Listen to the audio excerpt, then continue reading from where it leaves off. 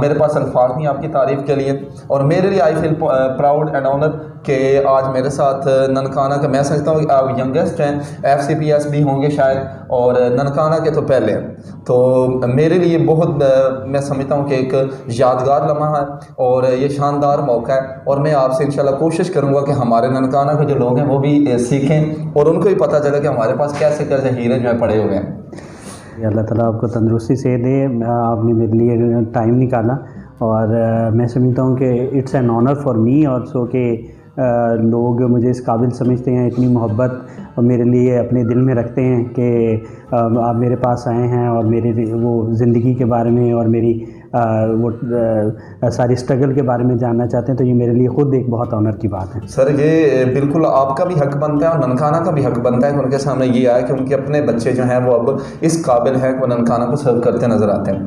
سر medical, اس کی تعلیم کے حوالے سے کیریئر کونسلنگ نہ ہونا یہ ایک پاکستان پورے کا ایشو ہے، تو آپ کیا سمجھتے ہیں کہ اس کے لیے کس طرح کی پلاننگ ہونی چاہیے، اور آپ نے جو پلاننگ کی کس طرح سے آپ نے تعلیمی سفر کو جاری کیا، کہاں کہاں سے پڑھا، اس حوالے سے تھوڑا میں چاہوں گا بتا دیں۔ میں سمجھتا ہوں کہ جو میں نے ایک چیز اس کا نچوڑ نکالا ہے وہ 2-3 چیزیں ہیں جو کیریئر کاؤنسلنگ کے حوالے سے اور اپنے گول اچیو کرنے کے حوالے سے وہ بہت موٹی موٹی چیزیں ہیں۔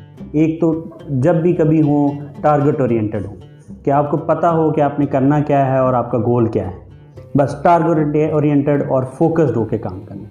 دوسری چیز ہے اسٹرگل، محنت، کنسسٹنسی از دا کی، کہ آپ لگے رہیں، ریسورسز کا اور سورسز کا رونا دھونا دھوتے رہیں گے کہ جی ہمارے پاس یہ نہیں ہے وہ نہیں ہے، تو کبھی زندگی میں کچھ اچیو نہیں کیا جا سکتا۔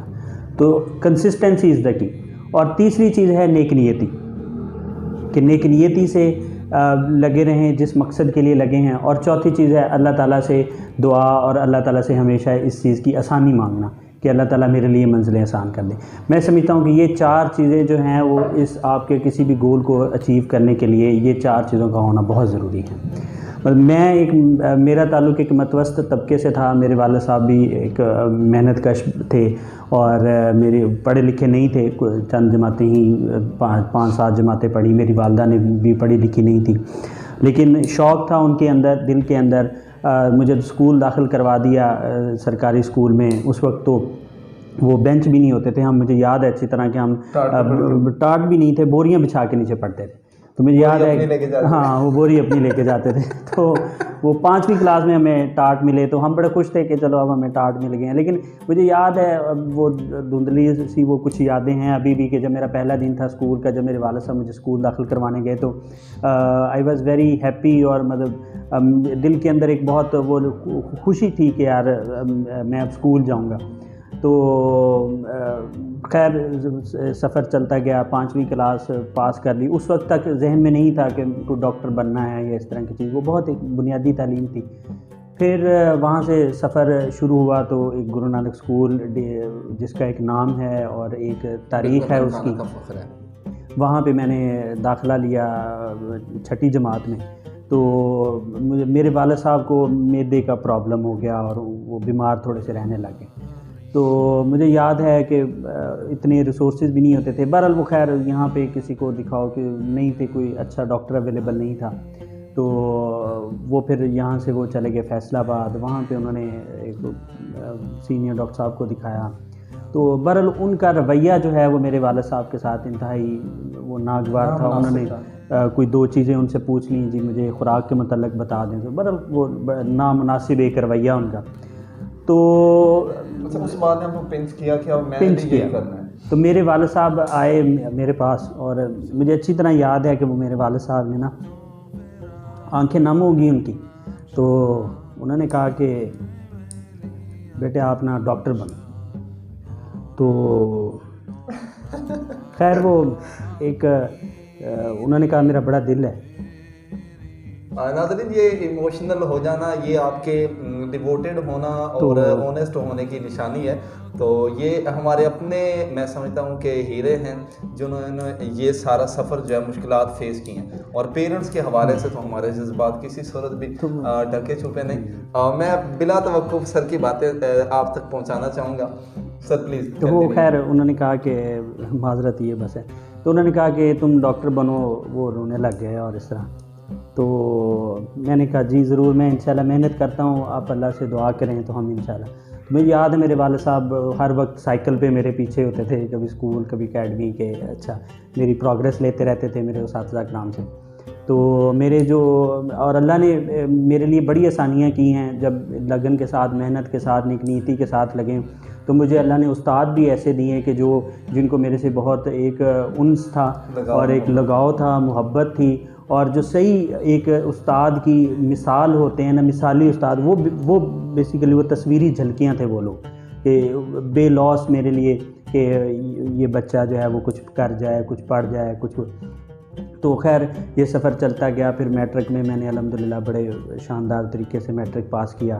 پھر ڈگری کالج ہمارا گرنا ڈگری کالج, وہاں سے میں نے پھر شاندار طریقے سے میں نے ایف ایس سی کی. اس وقت ڈسٹرکٹ میں میری پہلی پوزیشن تھی.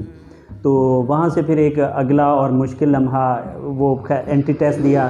تو اللہ تعالیٰ نے میرے لیے انٹری ٹیسٹ میں بھی آسانی کی اور میرا نام آ گیا راولپنڈی میڈیکل یونیورسٹی میں اور سرکاری ادارے میں, کیونکہ پرائیویٹ میرٹ پہ وہاں پہ سلیکٹ. ہاں جی میرٹ میں.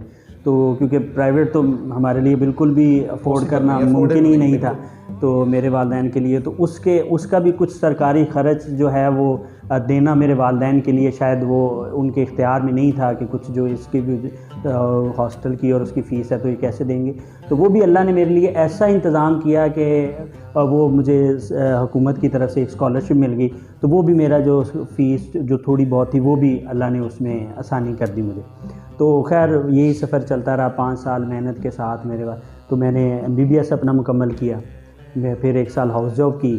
پھر میں واپس یہاں پہ ننکانہ آیا اور یہاں پہ آ کے میں نے جو ہے وہ کچھ عرصہ 1 سال میں نے سرو کیا یہاں پہ DHQ ننکانہ میں ایز اے میڈیکل آفیسر. پھر دوبارہ میں اپنی پوسٹ گریجویشن کے لیے چلا گیا. تو پھر یہ سلسلہ چلتا چلتا پوسٹ گریجویشن کے بعد دوبارہ آفٹر 4-5 ایئرس میں دوبارہ الحمدللہ ننکانہ میں موجود. سر میں آپ کو انٹرپٹ کر رہا ہوں, یہ اسٹوڈنٹس کے لیے بڑا خوبصورت پیغام ہے.